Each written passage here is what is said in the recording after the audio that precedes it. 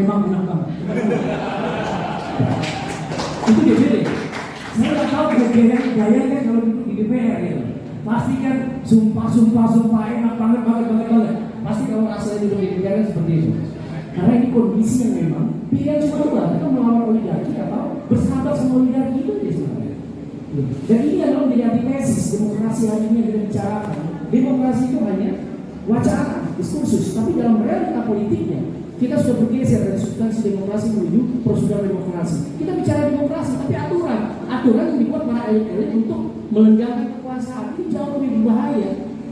Nah, ketika berbicara tentang diskusi hari ini, saya sedang menunggu hari ini atau besok atau dalam minggu ini akan terjadi reshuffle kabinet. Karena sudah ada deklarasi calon presiden. Nah, upaya yang dilakukan rezim adalah melemahkan partai dan melemahkan calon. Apa yang dilakukan? Pertama, reshuffle partai. Mereka yang berkoalisi dengan partai penguasa yang sudah mendeklarasikan calon presiden dalam waktu dekat akan direshuffle, keluar dari gerbang kabinet. Itu yang akan terjadi. Dan yang kedua, apa yang akan terjadi? Saya ingin katakan, itu Pak Anies sebentar lagi akan dipanggil sama KPK lagi kasus formula. Pelemahan itu terjadi. Jadi upaya ini akan dilihat bagaimana kekuatan rakyat dan dinamika politik yang terjadi di elit hari ini. Kemudian juga berbicara masalah resesi. Saya ingin katakan, elit sekarang itu sudah cerdas dan pintar. Mereka menguasai betul bagaimana ketahanan bencana dan ketahanan politik yang mereka kuasai hari ini ketika menghadapi COVID-19. Apa yang terjadi? Semua partai politik berkoalisi di dalam pemerintahan, berkoalisi di dalam parlemen, membuat satu kebijakan ya, dalam tanda kutip merampas uang rakyat secara berjamaah. Itu terjadi di COVID-19 kemarin. 2020 sampai 2021 tentang perjalanan kasus yang sangat luar biasa atas dalil yang disebut dengan pandemi COVID-19. Kita nggak sadar bahwa negara itu banyak, tapi dirampok secara berjamaah oleh partai politik sangat sistematis, sangat halus, sangat masif. Karena apa? Karena ini justifikasi produk undang-undang. Jadi undang-undang itu dibuat untuk bisa melegalisasikan praktek korupsi yang hari ini tidak ada lagi korupsi di Indonesia. Gitu. Jadi benar-benar apa yang dilakukan membuat satu kebijakan di mana kebijakan ini dibagi kepada semua partai. Partai memiliki pembagian di kementerian, dibagi ke semua anggaran di kementerian. Kementerian adalah pembagian dari partai-partai. Partai-partai itu yang menentukan. Partai A kebijakannya A, partai B kebijakannya B, partai C kebijakan C. Semakin banyak menghabiskan uang itu dianggap berhasil.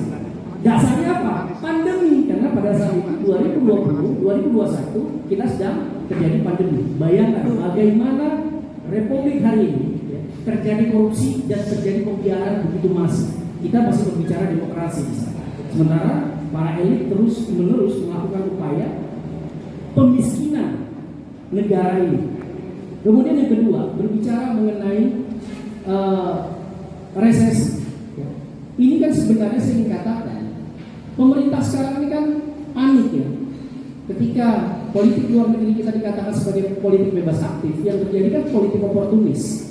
Ketika kekuatan Amerika hari ini goncang, muncul kekuatan baru, Rusia dan Cina, ya, yang berhasil melakukan perang dengan Ukraina. Terjadi pergeseran kepentingan politik hari ini. Yang dulu kita sangat berkiblat kepada Amerika, nah sekarang bergeser kepada Cina. Oleh karena itu yang kita selalu bicarakan adalah resesi. Kenapa? Yang mendapatkan dampak dari resesi adalah negara-negara kapitalis. Negara-negara yang menerapkan sistem kapitalisme. Itu real. Kapitalisme gagal di dalam sistem ekonomi dunia. Karena apa? Ada kepentingan Rusia di sini yang bertarung. Minyak siapa yang kuasai? Rusia, Cina. Gitu. Sementara Amerika karena krisis minyak, mereka bergeser kepada baterai yang disebut dengan nikel.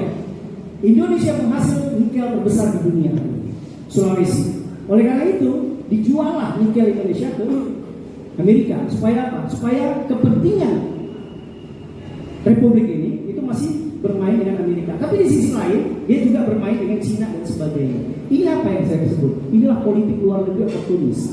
Yang terjadi apa?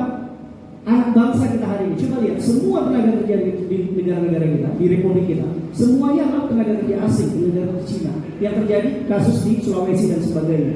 Pribumi disalahkan. Tenaga kerja asing dan Cina semuanya dibenarkan karena mereka bekerja atas dasar hukum dan sebagainya.